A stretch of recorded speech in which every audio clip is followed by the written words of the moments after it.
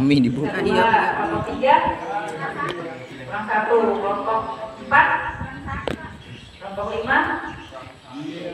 kurang 1, kurang 4. Kemana? Ketuanya mana? Ketuanya nggak ada. Namanya? Keluar. Yang 4 orang itu laki-laki. Tapi pelajar semua. Sekolah kalian.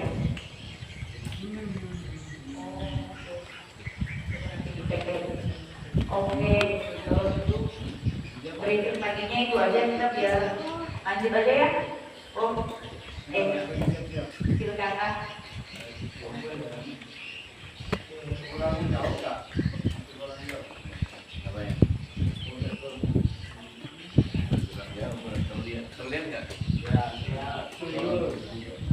Layarnya terlihat. Kalau tidak terlihat.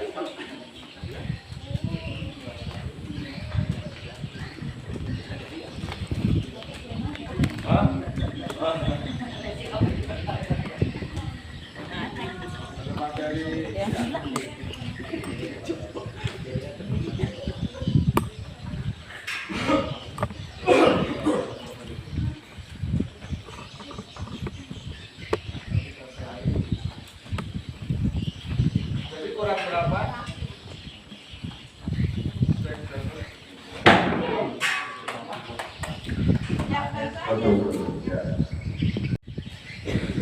Saya tahu posisinya nggak nyaman. Saya tahu. Saya pastikan kalau Anda akan ada di hospital atau di tempat depan, Anda sebaca di mana tidak nyaman. Memang jadi manusia memang nyaman, tidak ada masalahnya. Waduh, ini salah satu ini. Satu dari cuma maksud saya adalah apa namanya? Nanti ngomongin sama teman-teman. Kita lihat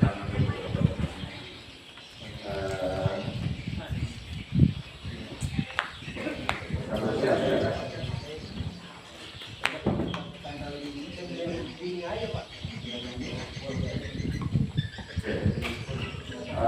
Ini persoalan mindset. Coba biarin saya, biarin aja. Kalau Anda nggak bisa bantu, Anda jangan yakin. Anda mending biarin saya. Kadang-kadang saya ada emosi. Kita datang ke sini ini nggak diam. Kita merasa perlu hadir buat Anda semua. Jangan berpikir kita datang terus dan fasilitasi juga ya. Ini kalau jangan ngomong. Karena kami sayang sama Anda semua. Masa di dalam cuma kami doang yang ada. Siapa sih yang pelajari wajib? Nggak ada. Gitu. Karena wajib itu tanggung, posisinya di tengah-tengah. Kalau orang Jakarta datang, buru-buru ke Makassar. Kalau enggak dia ke Palu. Persoalannya sebenarnya nggak mau capek. Karena dua-duanya ada pertemuan. Gitu ya. Perlu teman-teman ketahui. Saya kalau mau ketemu Kang Andi, mau ketemu Mas Iqbal, mau ketemu Mas Erlan di Jakarta, ampun janjiannya. Susah kan? Serius. Mereka pun sorry itu sih, kalau ketemu saya bilang, sorry Kak, saya cek jadwal dulu. Gitu. Dan kami ngumpul di sini ada algoritma. Itu lucu kan? Mas Erlan itu mana? Ini adalah Dekanan Fakultas Film Institut Kesenian Jakarta, salah satunya. Gak banyak orang bisa sekolah di sini. Dan dekannya saya bawa kemari. Ya kan? Dari kasih manual kan? Karena kita sama-sama di Badan Perfilman Indonesia, jadi sok-sok mengerti film aja nih. Enggak, kayak gitu. Maksud saya bahwa kita semua menjaga kesemangatnya itu penting. Tapi juga orang film itu menjaga mood. Kalau syuting itu orang tuh harus jaga mood. Salah satu kerja berat produksi film itu jaga mood. Ya, karena kita kerjanya pakai rasa, pakai perasaan. Di samping pakai teknologi dan pakai ilmu. Kalau moodnya sudah hilang, semua ilmu itu nggak ada gunanya.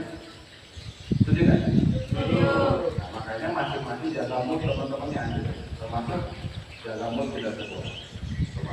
takut.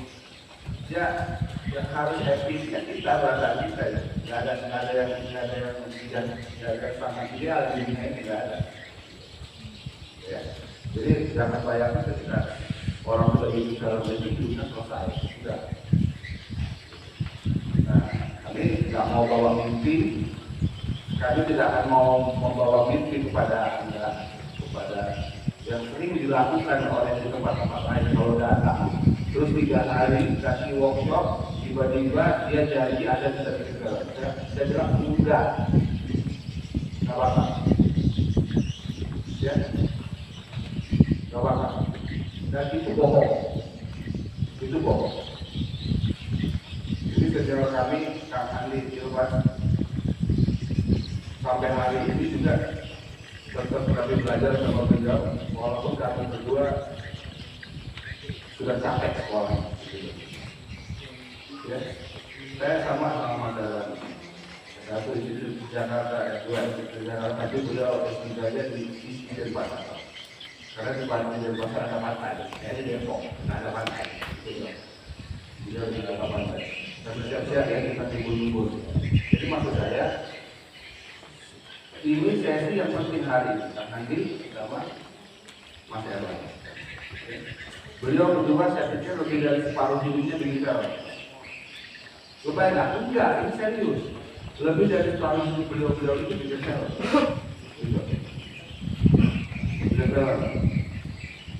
Jadi kalau Anda nggak diskusi, Anda nggak nanya, Anda nggak ngobrol, saya pikir Anda termasuk orang-orang yang boleh.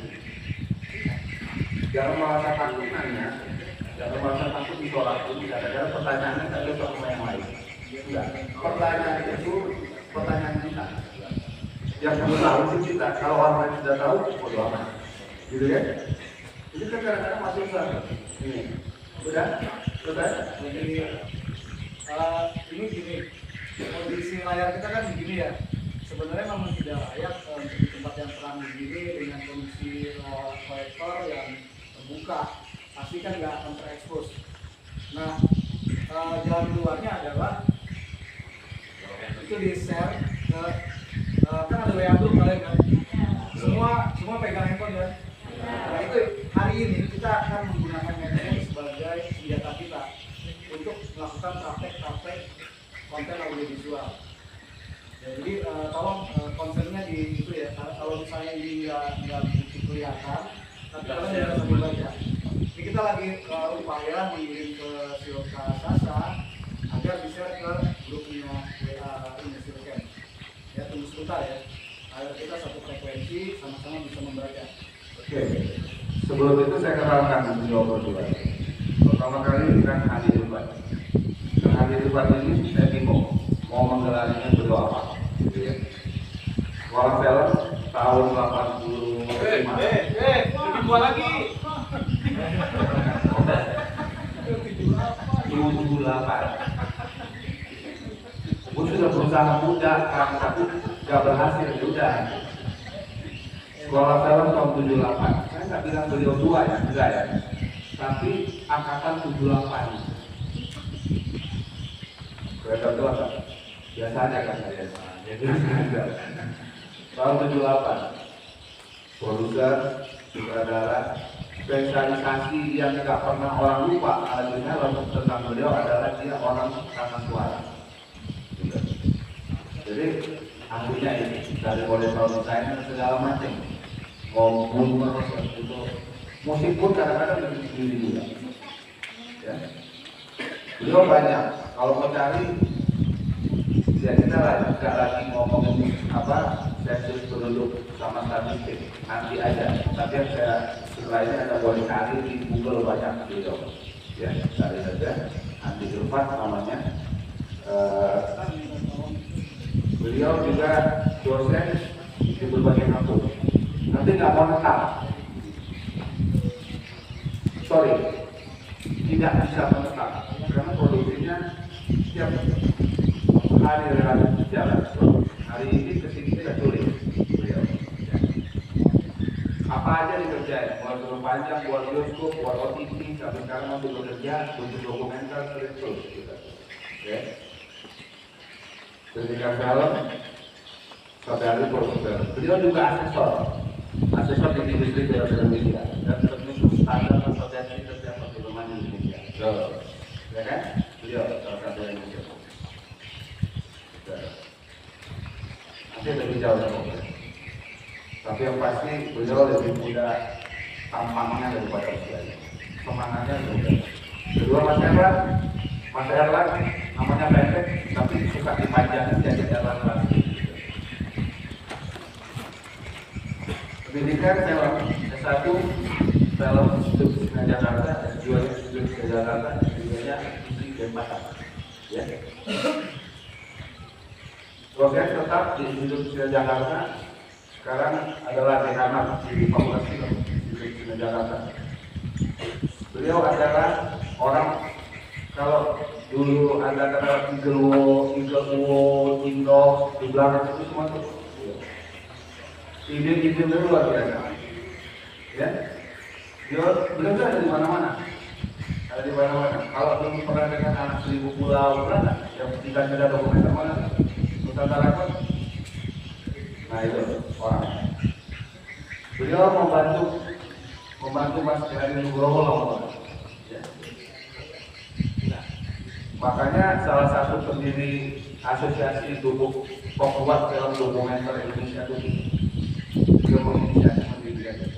Jadi siapapun orang dokumenter di Indonesia karena dia berarti dia belum dokumenter. Itu masalahnya. Jadi kalau ngaku lu dokumenter mesti dia. Kalau kita itu, ya. Selain dokumenter, ahli dokumenter juga fiksi, ahli juga, bikin iklan juga, gitu. Bikin layanan masyarakat jago, gitu ya. Dan beliau juga ada di Badan Perfilman Indonesia. Gara-gara itulah kita join. Jadi beliau adalah salah satu ketua bidang. Anda jangan lupa lihat dpi.org.id. Itu boleh baca. Oke. Oke ya, itu ya. Sudah terima semua materinya? Sudah. Kalau sudah terima tanpa panjang-panjang, hari ini sampai sore bakal sama beliau. Dan silakan. Salam Sinema. Ini ada apa? Silakan. Salam Sinema. Ya, kadang-kadang semangat udah. Terima kasih. Silakan.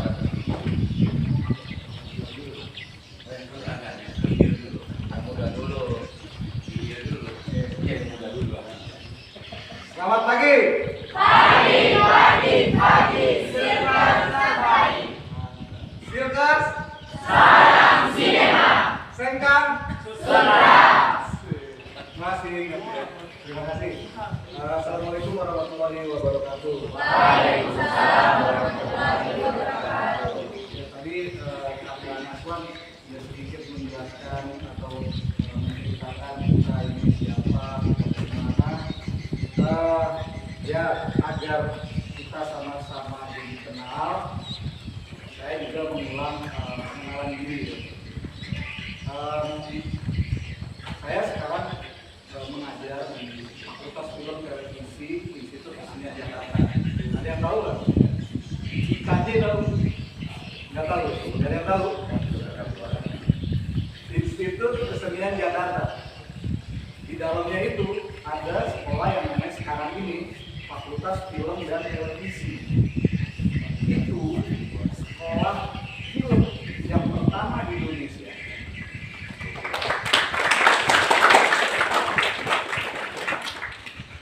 Kalau dulu itu namanya sekolah sinematografi yang PKJ, Lembaga Pendidikan Kesenian Jakarta. Nah, ini alumninya kalau dulu itu sinematografi namanya.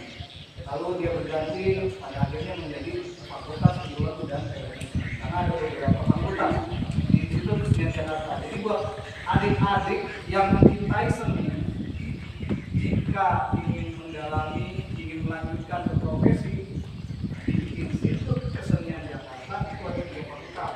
Bukannya saya promosi, tapi ini menjelaskan. Ada Fakultas Seni Rupa dan Desain, ada Fakultas Seni Pertunjukan. Nah, alumninya ada nggak yang tahu dia diundur? Mana orang Sengkang? Ada yang tahu nggak ya diundur? Tahu?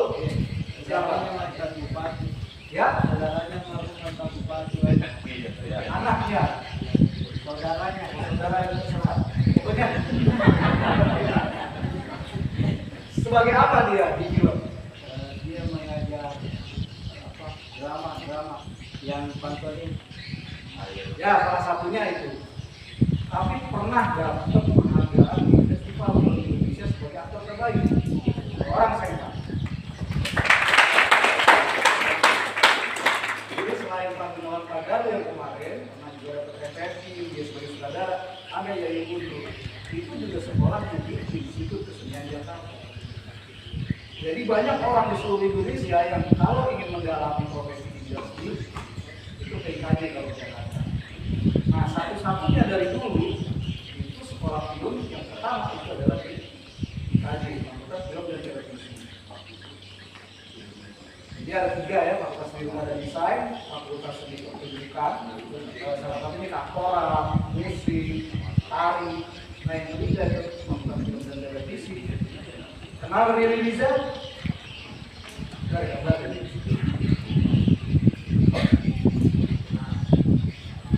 Tahu? Tahu dari Google. Oke, cepat, gampang sekarang. Itu juga alumni. Jadi mayoritas pembuat film di Indonesia yang saat ini memang ya sudah bersekian tahun berkegiatan menjadi profesinya, mayoritas memang lulusan dari Fakultas Film dan Televisi. Itu tidak dipungkiri. Nah, apa urusannya kok saya ngomongin itu? Karena hari ini banyak sekolah-sekolah film atau prodi film yang dikembangkan di Indonesia. Tapi permasalahannya, apakah prodi-prodi film itu sudah bisa mengantarkan mahasiswanya ketika sampai ke lulus dia sudah diterima di dunia industri. Ini yang jadi masalah. Dan ini yang menjadi konsentrasi dan perfilman Indonesia. Banyak lulusan yang tidak terserap di dunia industri. Itu yang jadi masalah. Maka dari itu, kami ini dari Badan Perfilman Indonesia, dari karyawan film dan televisi Indonesia itu datang ke daerah-daerah untuk menyambut generasi muda yang punya keinginan bisa masuk ke ranah industri perfilman. Jangan sampai salah masuk, salah jalan, yang akhirnya ada janji-janji surga, ada janji-janji palsu. Akhirnya ujungnya adalah pengangguran atau tidak. Yang tadinya punya cita-cita di film, ternyata mereka nggak nyambung, nggak bisa. Akhirnya jadi video maret. Ternyata saya jadi juri FLS 2 itu menjurikan film-film karya anak SMA SMK itu sudah sekian tahun. Banyak anak-anak yang baik, tapi kita harus pahami level SMA dan SMK dengan level profesi itu juga ada perbedaan. Film sebagai karya seni yang sebagai ekstrakurikuler itu yang dihasilkan oleh level teman-teman SMA dan SMK, ya patut kita adu jempol kalau karyanya itu baik, tapi itu masih di level ekstrakurikuler, belum ke profesi. Kalau kemudian profesi kan profesional, kita dibayar sesuai dengan kerja kita, sesuai dengan kompetensi kita, sesuai dengan prestasi kerja kita. Apakah teman-teman yang sudah bikin film sudah seperti itu? Saya tanya, ada kemarin katanya ada yang mau memutarkan filmnya, yang dari Sekam mana? Yang mau memutarkan filmnya? Ada komunitas film dari Sekam? Dari Wajo?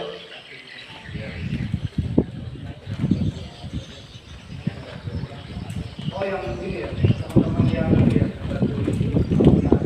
Oke, nanti kita coba lihat. Artinya gini, saya ingin menyampaikan sebelum ke materi ya. Materi sih, kita harus simpel saja, kita akan praktek.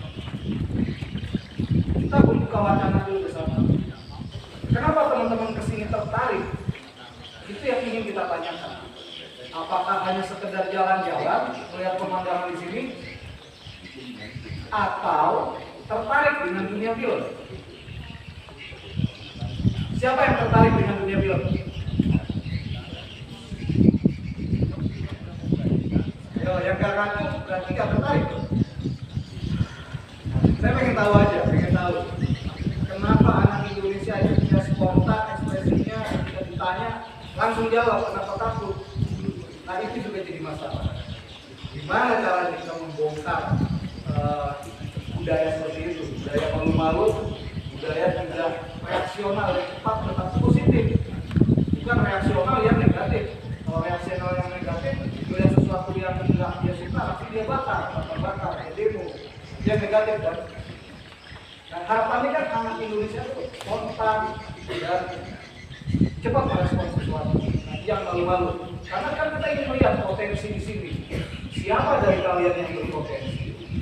Kita punya program berikutnya. Misalnya kalian setelah dengan kegiatan ini berinteraksi dengan sesama kalian, lalu membangun komunitas, lalu melatih diri bersama untuk membuat karya film atau karya visual, kan nanti bisa berkelanjutan. Badan Perfilman Indonesia punya program untuk membina komunitas-komunitas film di seluruh Indonesia. Itu tugasnya. Maka tadi Bang Asman bilang, kenapa kami kesini? Bukan karena kami membayar, tapi kami membayar diri sendiri. Kami membiayai diri sendiri. Agak miris memang kita datang ke sini dengan kondisi yang serba terbatas, tapi kita tetap bersemangat. Harapannya kalian 2 kali, 3 kali lipat lebih semangat dari kita. Kita ingin men-share ilmu yang kita miliki agar kalian bersemangat untuk belajar dan menggunakan ilmu itu berdasarkan alat yang kalian miliki. Kita belajar dari minimalis dulu. Hari ini handphone bisa merekam visual dengan minimal full HD, betul nggak? High definition. Ada yang sudah 4K. Ada nggak yang kameranya sudah 4K? Wah, sudah canggih kan? Nah, itu. Tapi apa kepentingannya 4K itu? Lalu untuk apa?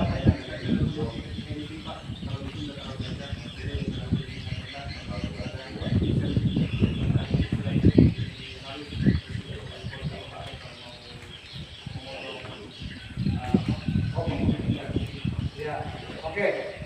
Jadi teman ini sudah memahami optimalisasi dari handphonenya.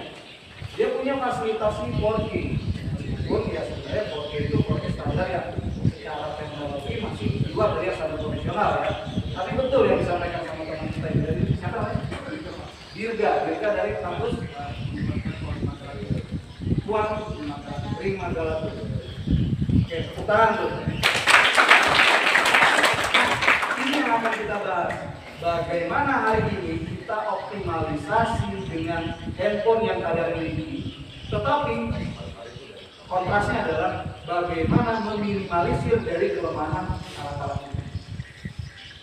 Kita tidak ingin membahas alat yang profesional lalu sudah bersama kalian. Tidak. Tapi kita ingin melakukan pendekatan dengan yang kita miliki itu menjadi optimalisasi dan menghasilkan karya. Itu dulu, belajar dari yang minimal menjadi optimal. Begitu juga dengan kita filosofi berada 3 hari di sini, bagaimana dengan kesederhanaan, dengan kesulitan, tapi teman-teman tetap semangat dan bisa mengoptimalisasi waktu 3 hari ini. Itu harapannya. Oke, balik lagi kepada materi. Ketika kita bicara bagaimana kita menciptakan sebuah karya audiovisual yang minimal itu baik.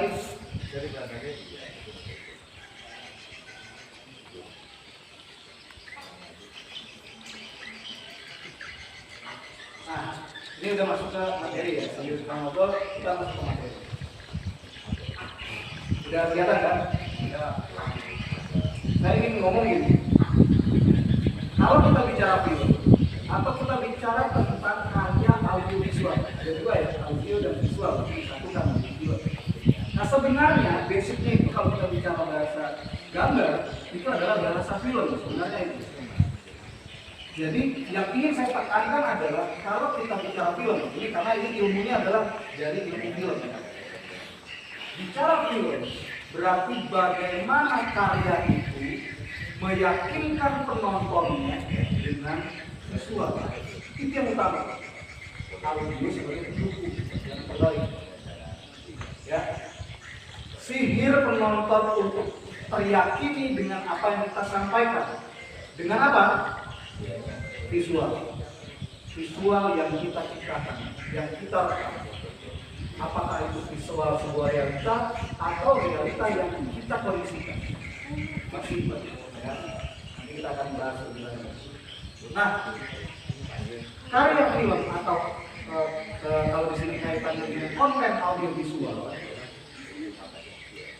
kalau kita cari esensinya, bagaimana sih kita untuk meyakinkan orang? Nah, ini yang ingin saya sampaikan. Ada 3 hal. Itu saya catat. Mungkin semalam saya kita sampai di sini. Konten impact. Ya, saya lanjutkan. Apa yang disampaikan saya semalam? Dia bicara tentang bagaimana storytelling, bagaimana pola naratif, dan pola naratif yang standar adalah 3 babak. Semalam disampaikan. Beginning, middle, ending. Awal, tengah, akhir. Mau cerita apapun kan ada awalnya, tengahnya apa, akhirnya bagaimana. Apakah happy ending, apakah terbalik, atau apa, atau mungkin bertanya. Tapi tetap yang namanya cerita diawali dengan apa, di tengahnya apa, diakhiri dengan apa. Itu yang paling standar. Jadi punya itu, mau cerita 1 menit, mau cerita 30 menit, mau cerita 60 menit, 2 jam sama aja. Awalnya bagaimana, mengenalkan tokoh, tengahnya seperti apa, konflik-konfliknya, dan apa yang ingin kita sampaikan ini. Nah, untuk mencapai itu, maka saya sampaikan di sini ada 3 hal: konten, konteks, impact. Yang dimaksud konten di sini, kita salahkan persepsi. Gambar apa yang ingin kita sajikan dan berdasarkan konteksnya apa yang ingin disampaikan. Nyampaikan ini. Gambar. Mau cerita apa? Maka kita kasih gambar. Misal, mau cerita kopi yang baru diseduh panas. Itu kan ceritanya kan? Nah itu konteksnya. Kontennya apa? Gambar kopi. Bagaimana untuk menceritakan panas? Coba, ada yang ide nggak? Ya, setuju semua ya, setuju sama ya. Ada asap tadi kan? Berarti sepakat. Secara universal, bahasa gambar kalau asapnya ngebul berarti panas. Itulah bahasa visual. Mau ngomong kopi itu panas, tadi kan gambarnya close kopi lalu ada asap. Semua sepakat? Itulah bahasa universal.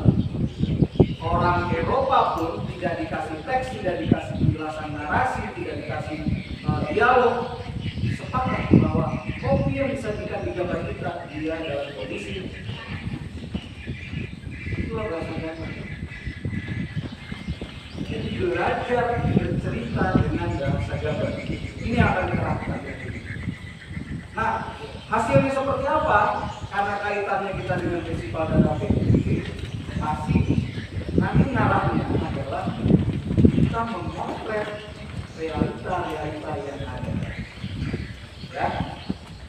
Karena ini juga ada 2 aliran nih kalau kita ngomongin nanti ya. Kalau kita bicara dari film. Film ada yang dikondisikan, ada yang kita tetap realita. Dia tahu perbedaannya itu apa film? Film fiksi dan film ya fiksi atau dokumenter. Yaitu pembelahnya kan jelas. Kalau fiksi, meskipun fiksi realis, kita kondisikan suasananya seperti apa, kita kondisikan, kita ciptakan itu kenyataan. Kita buat pemainnya seperti itu, dia menjadi seperti apa, siapa, dan propertinya bagaimana, letak duduknya di mana, itu kita kondisikan.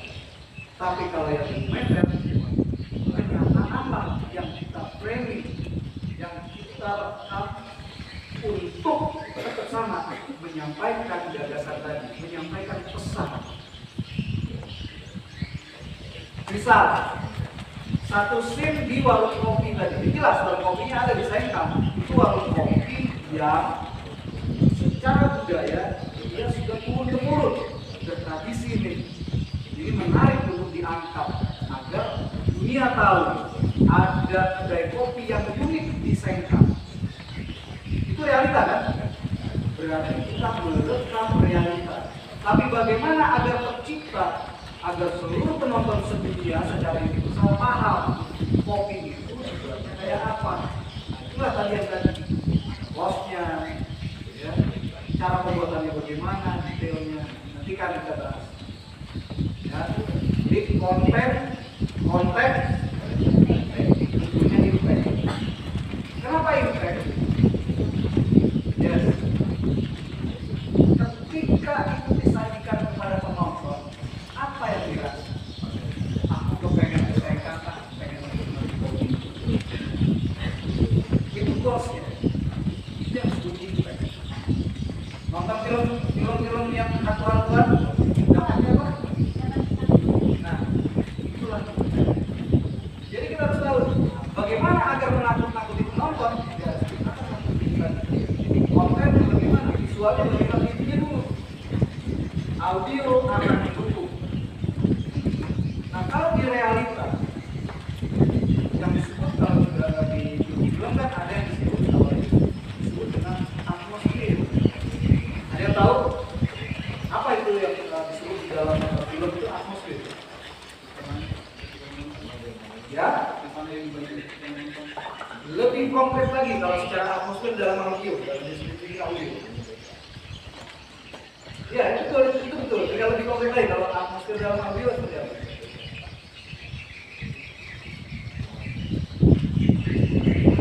Ya, betul, suasana untuk mendukung gambar tadi. Nah, itu kan coba kita di kelas ini kita berada di kelas yang seperti apa agar penonton tahu kita berada antara interior dan eksterior, tapi terdengar dulu sekitar ini ada apa, kita harus direkam. Meskipun gambarnya seperti ini, dari sini misalnya angle-nya, lihat ada danau, bagaimana ada di sana juga expose agar penonton tahu kita berada di mana.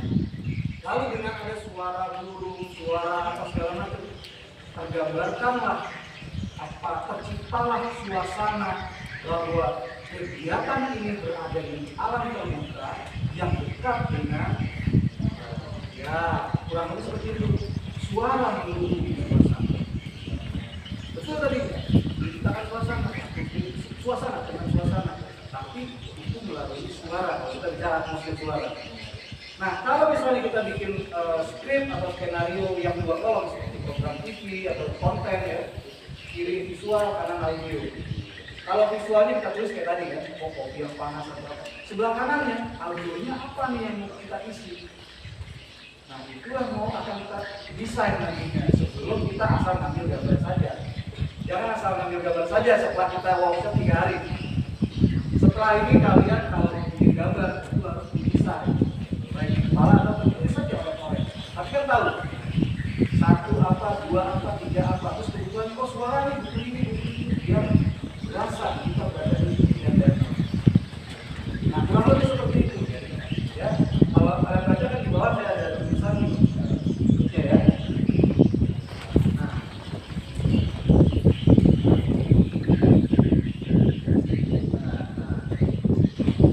baca dulu ya, kalian baca dulu. Ini udah clear ya, konten-konten impact. Nah, berikutnya, ini hanya menegaskan.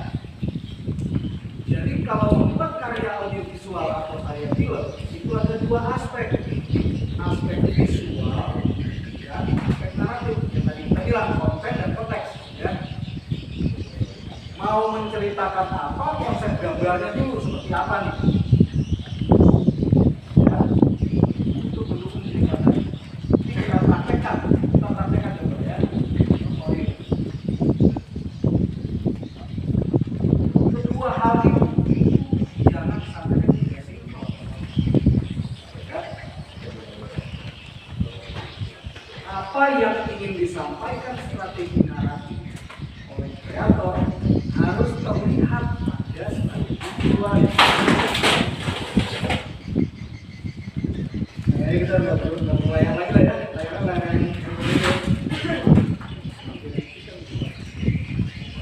Nah, konsennya sambil lihat di handphone aja ya. Jadi strategi naratifnya mau cerita apa itu harus melekat dengan visualnya. Nanti kita letakkan. Nah, kalau di dalam bahasa film ada yang tahu arti kata shot? Siapa? Selain lain.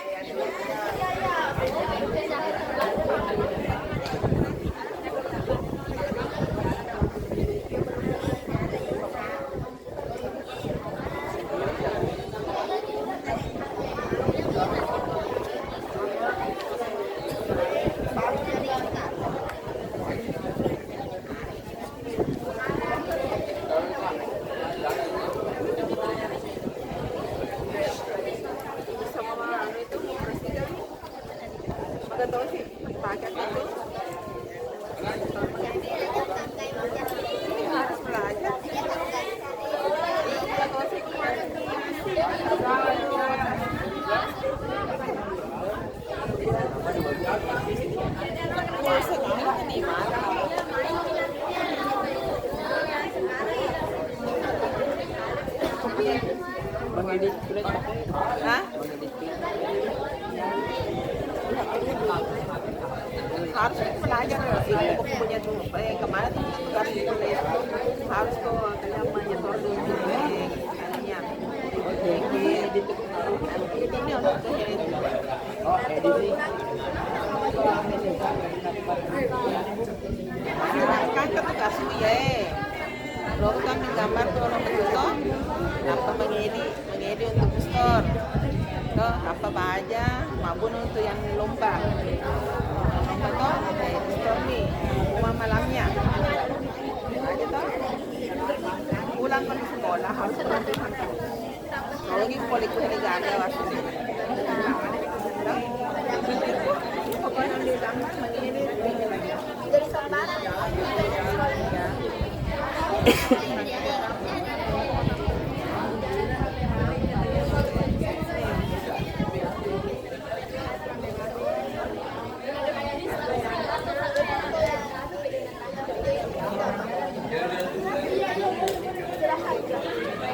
Contoh kami ada betul. Iya. Devi lomba. Bekas este. Ada sedikit cerita.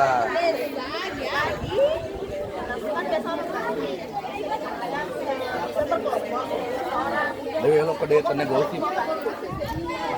Adakah gosip? Jam itu ada.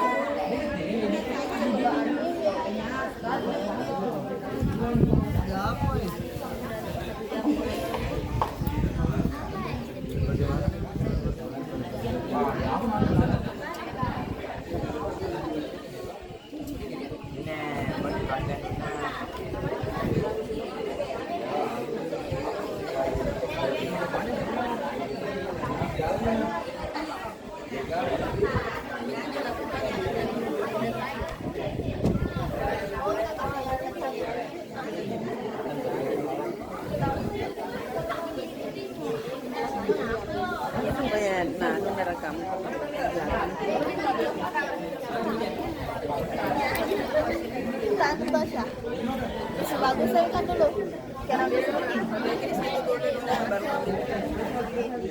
Nalan nih. Satu dua. Ya.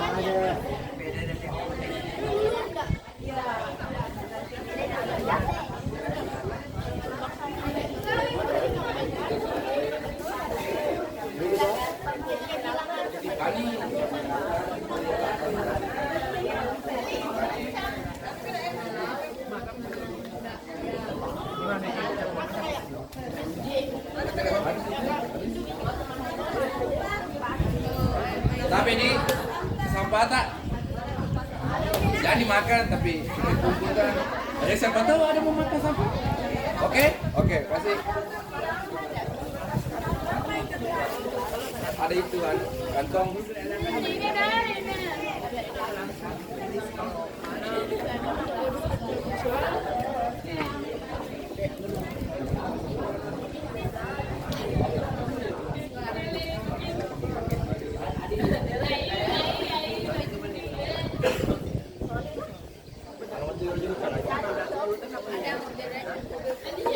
Tapi ini anunya kantong plastik siapa tahu butuh kita tempat sampah. Tolong jaga kebersihan. Apa? Ada? Di sini simpan. Oke.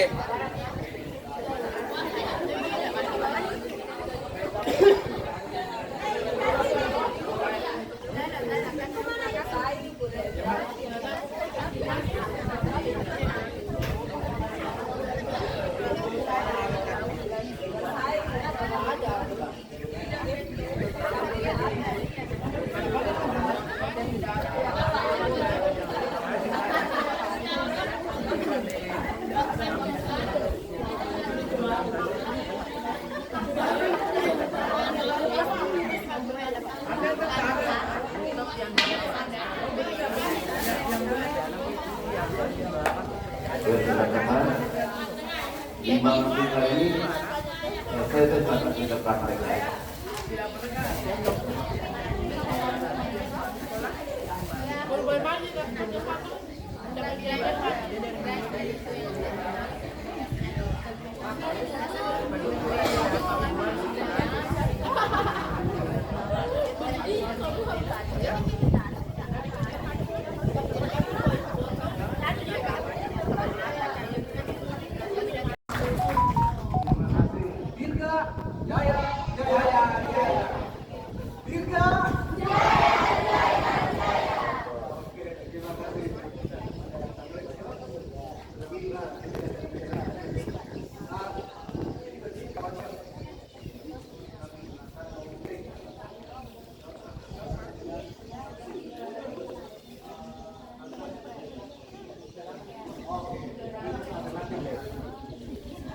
Ada yang ingin bertanya dari rekan TV3? Ada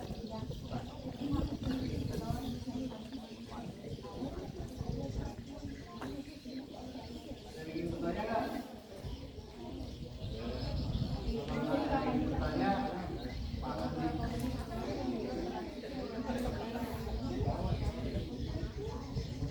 Ini kan satu hal menurut Divya Samawina, apa yang ingin dikeluarkan itu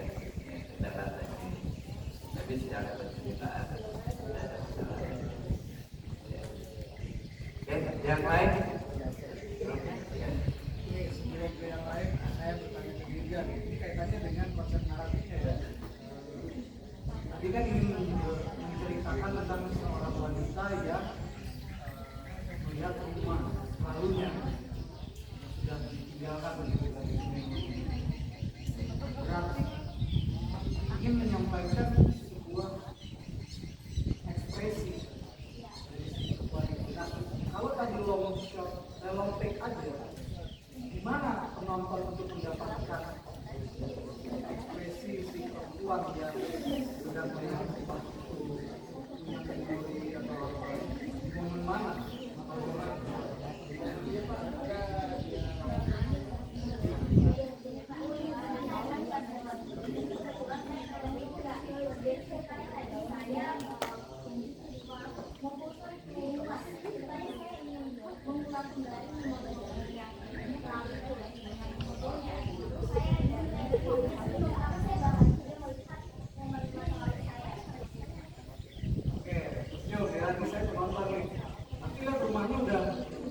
rusak gitu. Sedih nggak sih kalau kita ngeliat rumah kita yang lama terus dan itu ada sia-siakan orang juga.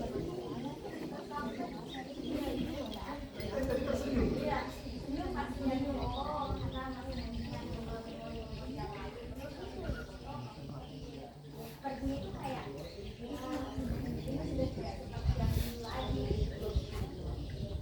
Ada nggak ekspresi yang seperti ini? Penonton akan menunggu itu. Jadi penonton tidak menunggu alasan dari si pembuat film. Ya.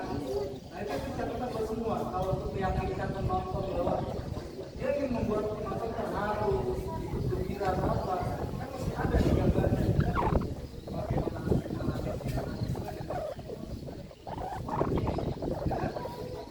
bolak-balik dua hal itu. Juga sama kelompok yang lain. Dan setiap penonton punya hak untuk menginterpretasikan apa yang kita tuliskan. Si pembuat menyampaikan hal tersebut tadi. Tapi bisa jadi ketika kita melihat performa yang dibuat oleh mereka pembuat tidak sama dengan apa yang bisa jadi. Nah, bagaimana caranya agar tepat? Maka harus bikin apa yang kita perhatikan dengan tulisan. Mau bicarakan ekspresi yang senang harus ditangkap oleh visual. Bisa jadi akan kesulitan. Tadi saya coba kalau ingin melihat tokoh itu senang, apakah momen dengan satu-satu tubuh kan berapa detik kita menunggu dia senang atau bergerak tapi kalau misalnya terdiri dari beberapa jam masih ada kemungkinan kita ada sedikit info itu dia editing. Kalau saya ada upaya-upaya tujuannya apa? Tujuannya kepada tujuan narasi itu fungsinya kita menyampaikan pesan, menyampaikan makna dengan bahasa suara sangat mendukung suasana. Gimana? Kelompok mana lagi yang mau presentasi? Ini udah standby ini. Ya, silakan.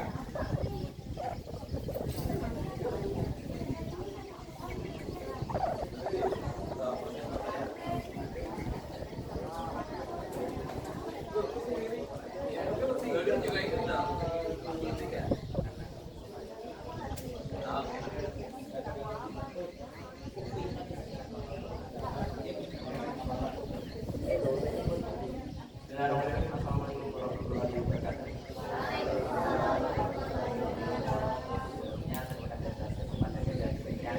Perkenalkan saya dari Universitas Kondisi Langit. Ada konsep yang akan kita dalam belajar ini sama dengan yang diperlihatkan tadi. Ada terjadi perubahan kan tadi itu yang saya sempat tadi itu semuanya kan orang yang berhiburan membuat apa namanya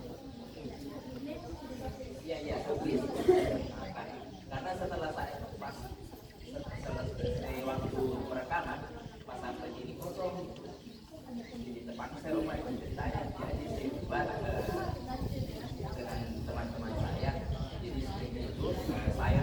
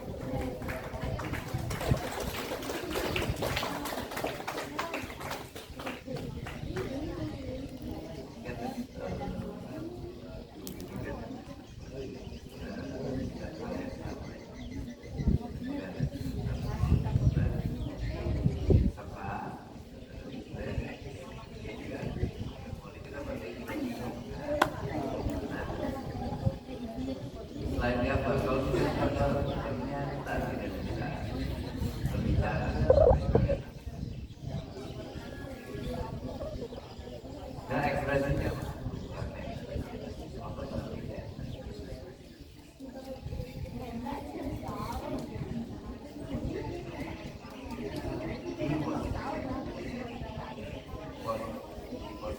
Jadi editingnya apa yang dirasain?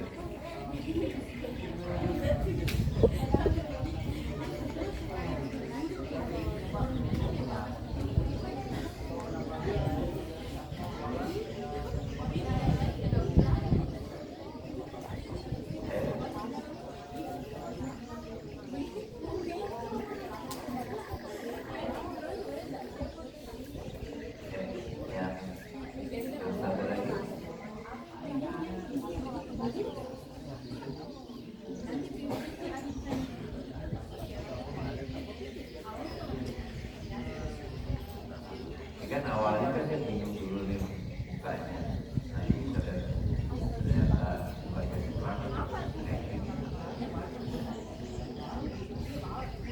Nah sebetulnya gini, kalau misalnya untuk mungkin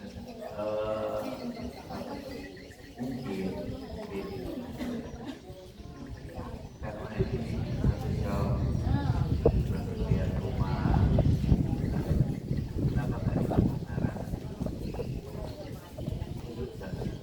Awalnya dulu atau saya bisa saya lupa saya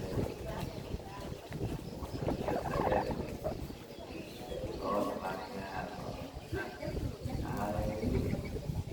tidak bawa banyak dinarasikan oleh karena saya masih ada informasi tidak lain kan kalau cuma dari apa yang bisa dikatakan foto oh ini senyum lagi itu begitu ini lah ya kira-kira yang kita punya ada mau dinarasikan atau dengan perasaan dari tulisannya atau mereka baku diskusikan menggunakan materi mulai apa yang dirasakan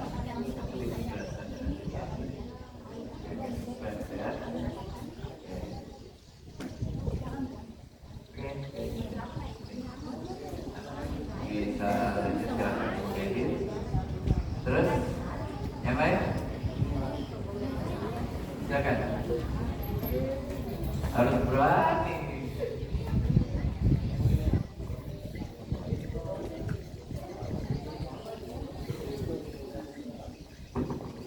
Oke, assalamualaikum warahmatullahi wabarakatuh. Sehat. Silgas. Sekali lagi silgas. Oke, teman-teman semua, terima kasih atas kesempatannya. Perkenalkan, saya Rizal Fahlevi, biasa dipanggil Rizal. Tapi kalau di sini ada yang dipanggil Rizal juga, teman-teman bisa memanggil saya Fahlevi. Kami dari tim Nusantara Kode, komunitas yang bergerak di bidang pertanian dan budaya.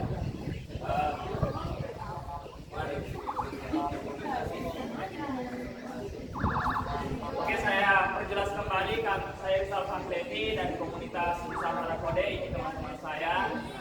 Tadi kami waktu diberi tugas kami mengambil ide untuk mendokumentasikan proses pengerjaan rumah adat atau kaya. Kami jadi ada 8 itu kami datang. Yang pertama itu kami datang sebagai pengawas, yang kedua kami mengambil bersama sosial, kemudian ketiga itu pengerjaan pelurusan mesin, gergaji, kemudian yang tentang foto bangunan, kemudian pekerjaan lagi dan kami kembali dokumentasi yang kami ambil itu terkait dengan proses pengerjaan rumah adat yang ada.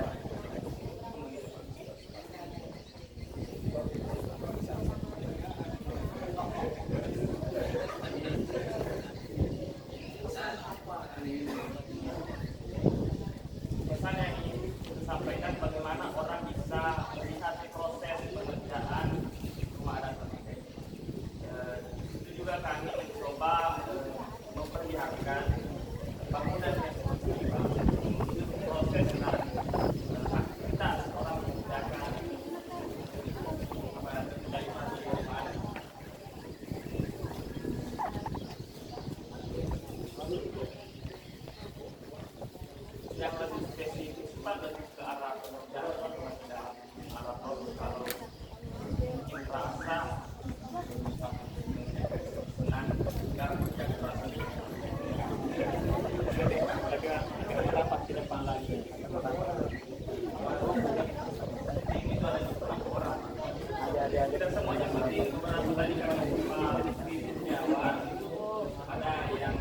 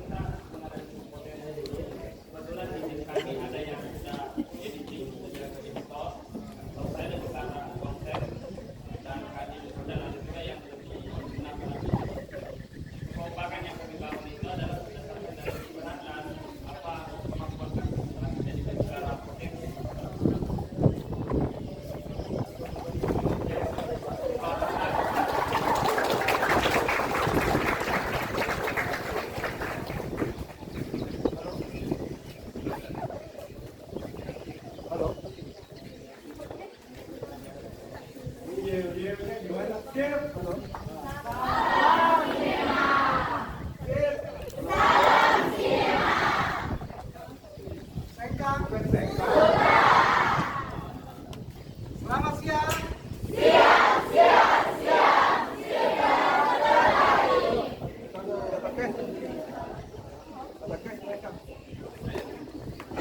Oke, terima kasih teman-teman. Itu presentasi dari kelompok kami. Selanjutnya kami kembalikan kepada tim panitia. Undangan untuk semua.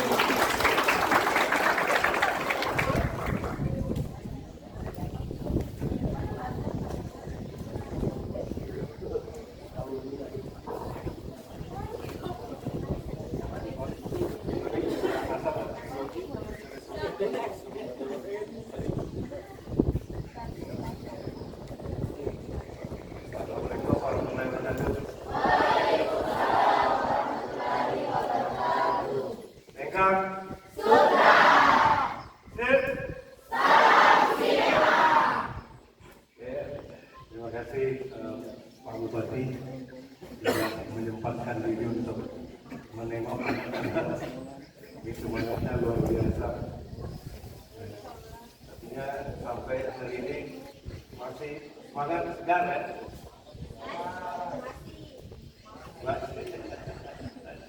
Ini mau nanya, yang di luar dari Wajo, angkat tangan. Mana? Yang dari Wajo itu dari mana? Sopeng. Itu dari Bone. Terus? Bone. Oh, Bone banyak. Dari lu. Oke.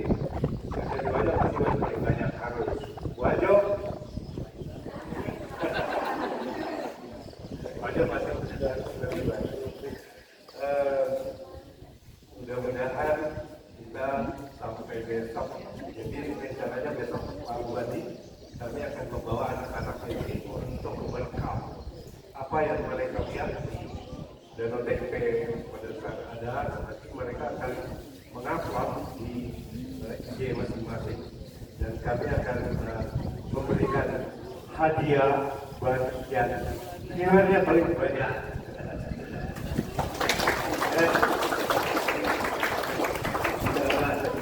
Jadi kita sama-sama mengviralkan festival Danau TP. Ya, dan lebih begitu mungkin saya mohon Pak Bupati bisa memberikan sedikit penyemangat buat anak-anak kita. Ya, boleh.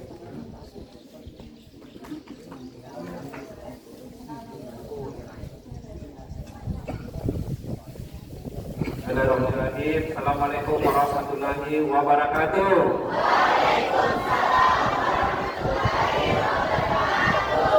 Sip.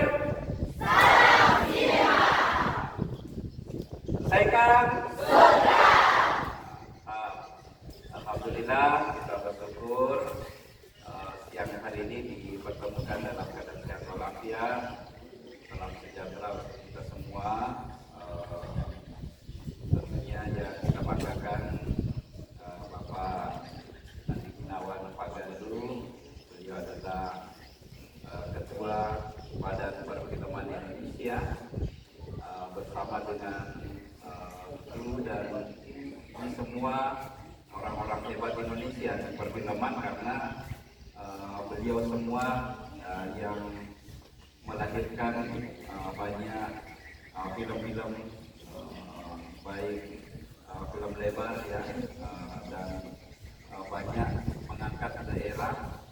Itu karena keahlian beliau yang luar biasa mengangkat beberapa daerah-daerah di Indonesia. Ya, selamat datang dan terima kasih banyak. Beliau pulang kampung ya, karena Pak Andi Gunawan ini ada juga putrinya, alhamdulillah ini pulang kampung untuk membangun daerah, yaitu membangun sumber daya manusia kita untuk bisa membuat sebuah konten dan film ya, yang tentu bisa mengangkat daerah kita. Ya. Anak-anak semua yang saya banggakan sudah hadir beberapa pembina dari sekolah, tentunya juga dari beberapa daerah-daerah di luar Kabupaten Wajo. Ternyata ada juga turut bergabung. Ya, ini semua adalah kesempatan emas buat adik-adik itu semua ya, untuk bisa bertemu lagi dengan orang-orang hebat Indonesia yang akan membekali adik-adik semua ini dengan skill ya, selain pengetahuan tetapi keterampilan yang sangat ya, kita bisa dapatkan. Skill itu mahal ya. Maka itu kita bersyukur kali ini saya atas nama pemerintah Kabupaten Wajo terima kasih dengan penuh penghargaan. Beberapa bulan yang lalu ketika kalinya beliau bertemu dengan kami ya, dan itu tentu dengan kesungguhan dan keseriusan ya, bahkan ada support di sisi beliau minta supaya tidak dirobohkan dulu atau tidak dirubah dulu karena mau diambil tempat syuting ya, tempat mengambil gambar. Mudah-mudahan juga nanti di kawasan ini akan pindah nanti bulan 12 ya, karena sementara kita lagi merehab rumah adat baru ya, kemudian membangun kolam renang, kemudian juga akan membangun lapangan road race ya, ini standar balap nanti, karena kebetulan kita orang Wajo ini ada beberapa pembalap internasional ya, yang beberapa waktu yang lalu sudah juara ASEAN, dan tentu ini menjadi spirit buat para pembalap-pembalap kita. Nah, yang sedikit bangga lagi sekarang kami pemerintah daerah karena hadirnya upaya untuk mencoba menyiapkan sumber daya manusia, anak-anak milenial, anak-anak muda yang ingin memiliki dan ingin terlibat langsung di dalam perfilman atau pembuatan berbagai banyak konten-konten media sosial yang sekarang ini orang bisa kayak mendadak ya, orang bisa cepat berkarir, orang bisa dapat kesempatan-kesempatan emas dari berbagai potensi yang ada. Nah, tergantung kita sebenarnya bagaimana menangkap peluang itu ya. Dan saya kira adik-adik itu semua walaupun mungkin bersusah-susah di sini dengan terik matahari, kemudian malam dingin, kemudian ditambah lagi nyamuk ya, ditambah lagi ketidaknyamanan yang lain, mungkin air yang terbatas apa dan sebagainya, tetapi ilmu yang akan didapat ya itu tidak sebanding sebenarnya dengan kesempatan emas ini ya. Saya sampaikan kenapa, karena beliau ingin membangun sebuah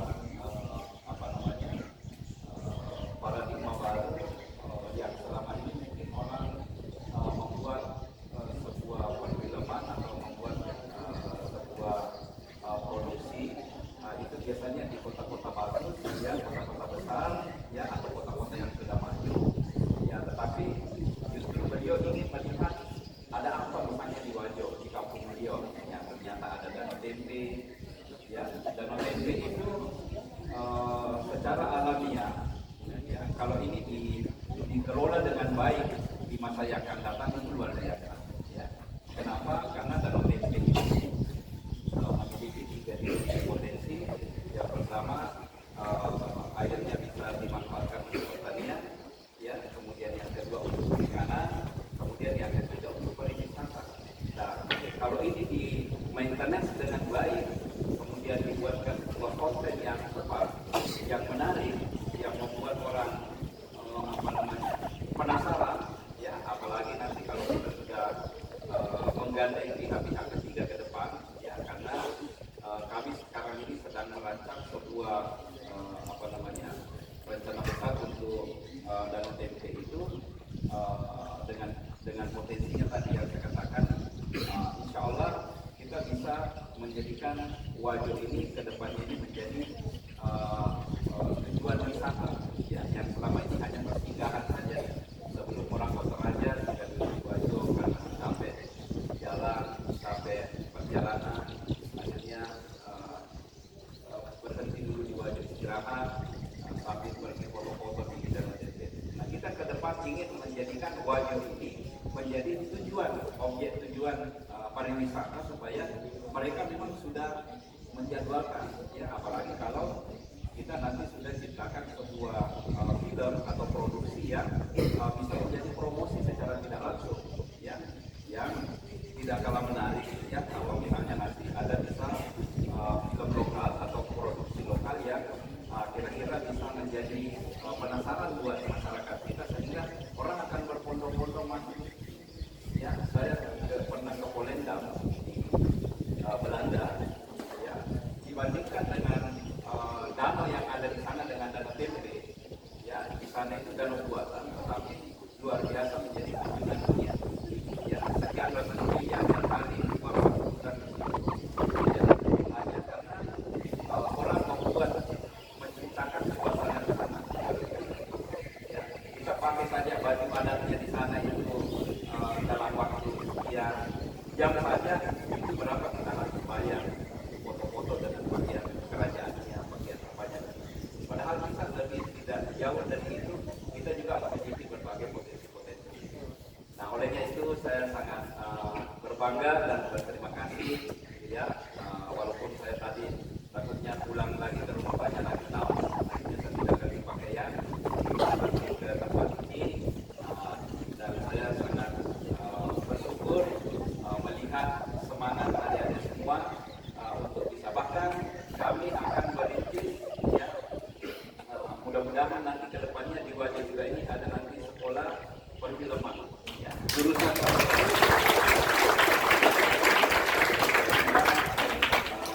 dari perguruan tinggi Muhammadiyah ingin membuka sekolah di sini.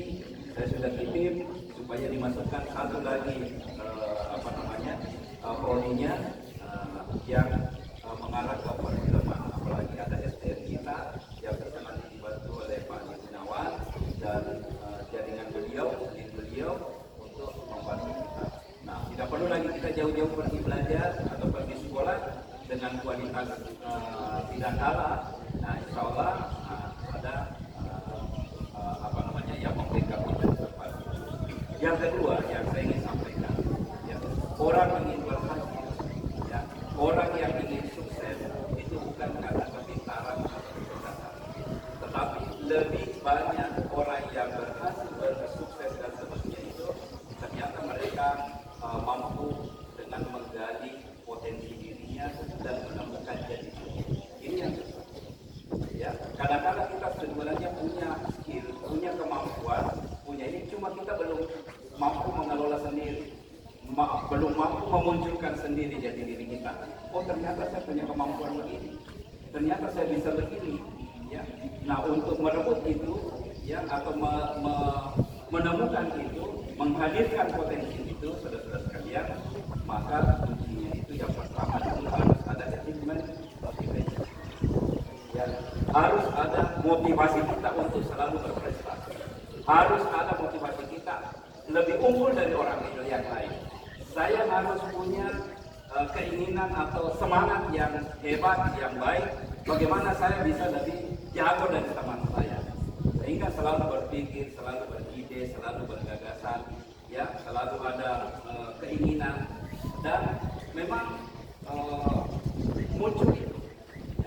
Dan ini bisa kita mulai dengan mengelola sebuah potensi yang ada dalam diri kita, yaitu emosional quotient atau pencerdasan emosional.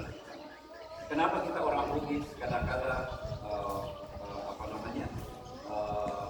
tidak bisa bersaing dengan orang lain? Itu karena percaya diri kita, ya. Kemudian ada selalu merasa saya tidak mampu dengan dia, ada rasa-rasa ini dan sebagainya. Tetapi kalau sudah punya emosional quotient, pencerdasan emosi kita yang lebih dominan di dalam diri kita itu akan mengalahkan semua itu tadi. Ya. Oleh Arjinanda mengatakan bahwa 80% orang hebat, orang sukses berhasil itu mengalahkan orang cerdas, orang pintar itu hanya karena mampu mengelola emosional quotient. Ya, kenapa? Karena semua itu kita sudah miliki. Ya, Tuhan sudah ciptakan itu. Kalau dalam agama itu namanya al-quwwah al-syafiyah. Ya, yaitu sebuah nafsu yang ada dalam diri kita. Kalau selalu dikelola dengan baik itu emosi nafsu kita itu dengan baik, maka negatif bisa jadi sesuatu yang jelek saja bisa berubah jadi bagus, jadi positif kalau kita punya kemampuan emosional yang baik. Nah, inilah yang harus menjadi upaya kita untuk menggali itu, menemukan itu tadi. Ya, adik-adik, karena Tuhan sudah ciptakan kita ikut itu di dalam emosional. Ya. Kemudian yang kedua yang bisa membuat kita menemukan jati diri kita itu adalah al-quwwah al-qadariyah, yaitu arti yang paling dalam diri setiap manusia yang diciptakan itu ternyata itu bisa membungkus diri kita, membranding diri kita, kemudian membuat diri kita itu ada nilai, ya, karena adanya pencerdasan spiritual atau hati dalam diri kita. Kalau dalam agama itu Rasulullah mengatakan ada segumpadan di dalam manusia, kalau dari bagus maka baik pikirannya, baik dari segala-galanya, baik dari perkataannya, baik dari sikap. Jadi orang bertutur kata tidak baik bisa kita balas dengan tutur kata yang baik, bisa meluluhkan mereka. Orang yang marah, orang yang emosi yang tadinya itu dan sebagainya, kita lawan juga dengan kecerdasan emosi, kecerdasan spiritual, itu kita bisa kalahkan mereka. Ya, saya ada pengalaman. Ya. Saya memasuki berbagai organisasi, mulai dari organisasi sekolah, organisasi pemuda, kemudian saya masuki organisasi profesi, terakhir organisasi politik. Yang paling susah, ya, kita berinteraksi itu di organisasi politik. Tapi alhamdulillah saya bisa jalani semua. Boleh dikatakan tekanan politik apapun yang saya hadapi sekarang ini, alhamdulillah saya sudah ditempa dengan itu. Ya, artinya apa? Ya, saya bisa sampai 4 periode memimpin partai itu tidak gampang sekali, Bapak Ibu. Orang setengah periode saja memimpin partai, kalau salah-salah itu. Kenapa? Karena semua pikirannya berbeda, semua keinginannya berbeda. Ya, semua mindsetnya ini. Nah, ini harus kita maintenance. Ya. Maka itu saudara-saudara sekalian, ya, untuk bisa menemukan jati diri tadi, pertama adalah achievement motivation. Bagaimana kita selalu memotivasi diri kita untuk sebuah prestasi, ya, untuk merebut prestasi tadi, ya, itu tadi harus mengelola diri kita sendiri untuk menemukan jati diri kita. Ya, jati diri kita sesungguhnya, ya, karena Tuhan memang sudah ciptakan dan pasti ada temukan. Dan insya Allah Anda akan temukan di tempat ini bersama dengan Badan Kalangan.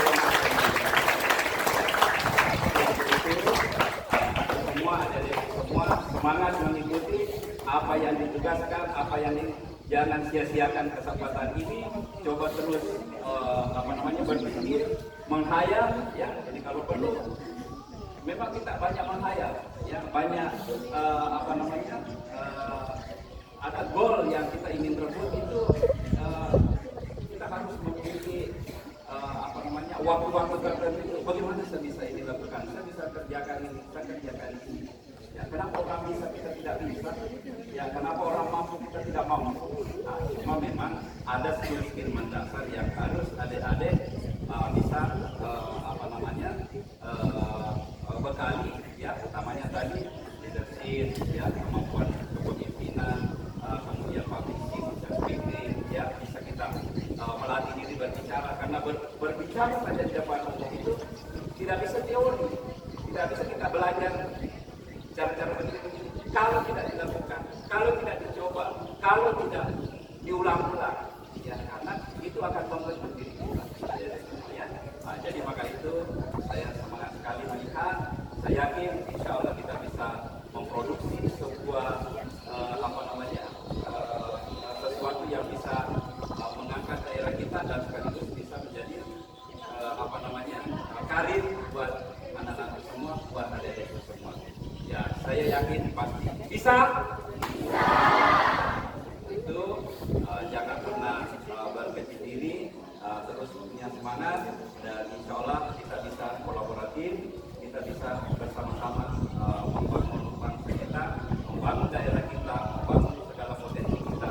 Tidak menutup kemungkinan di antara 120 nanti di sini ada yang membuat ide yang nanti tidak pernah orang pikirkan.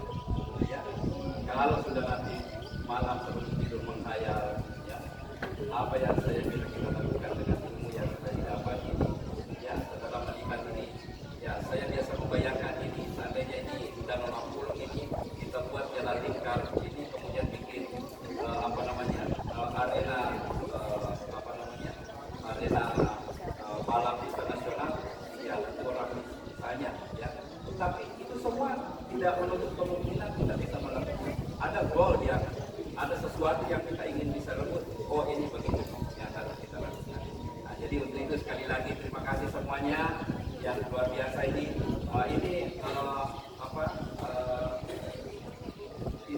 Instruktur atau yang akan membekali adik-adik semua ini, ya, bukan abal-abal, ya. Jadi sekali lagi ini adalah Dewan Juri Nasional, bahkan Dewan Juri Internasional di setiap event yang ada. Jadi adik-adik semua harus berbangga dan harus sungguh-sungguh menjalani mengikuti semua kegiatan yang ada. Saya kira begitu. Sekali lagi terima kasih. Saya doakan jazakumullah khairan katsira. Terima kasih semuanya. Mohon maaf dengan segala kekurangan, apalagi suasananya di sini lagi kita mulai pembenahan. Mudah-mudahan di akhir tahun ini insya Allah sudah berubah wajah. Semua kita akan berbeda bersama. Demikian yang dapat saya sampaikan, lebih kurangnya mohon dimaafkan. Wabillahi taufiq wal hidayah. Wassalamualaikum warahmatullahi wabarakatuh.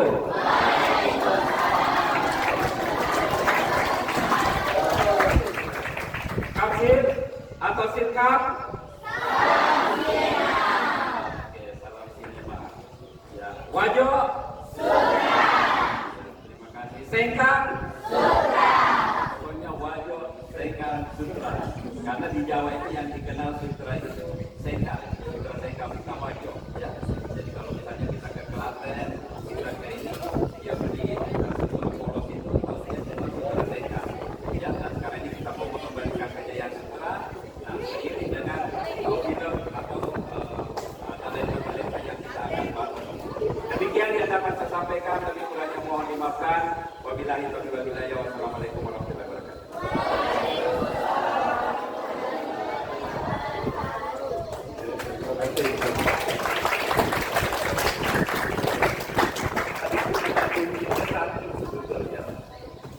Tadi Pak Bupati menyampaikan achievement motivation itu sudah ditulis.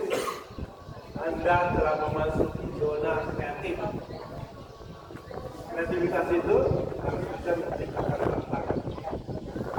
Pak Bupati menyampaikan itu dasar. Ya, semoga kita, karena kreativitas itu kita akan apapun kreativitas kita pada saat kita tidak bisa menciptakan tantangan. Harus memotivasi diri. Kalau tidak, kita tidak bisa membuat inovasi, tidak bisa berkreasi. Oke, terima kasih banyak. Mungkin ada kerang-kerangan yang lakukan sama Ibu. Ada Bu Judit sama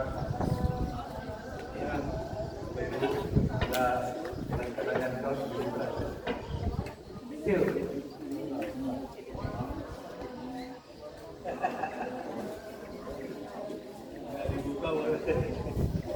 Ini besok anak-anak memakai baju ini turun ke database, jadi cukup ramai nantinya.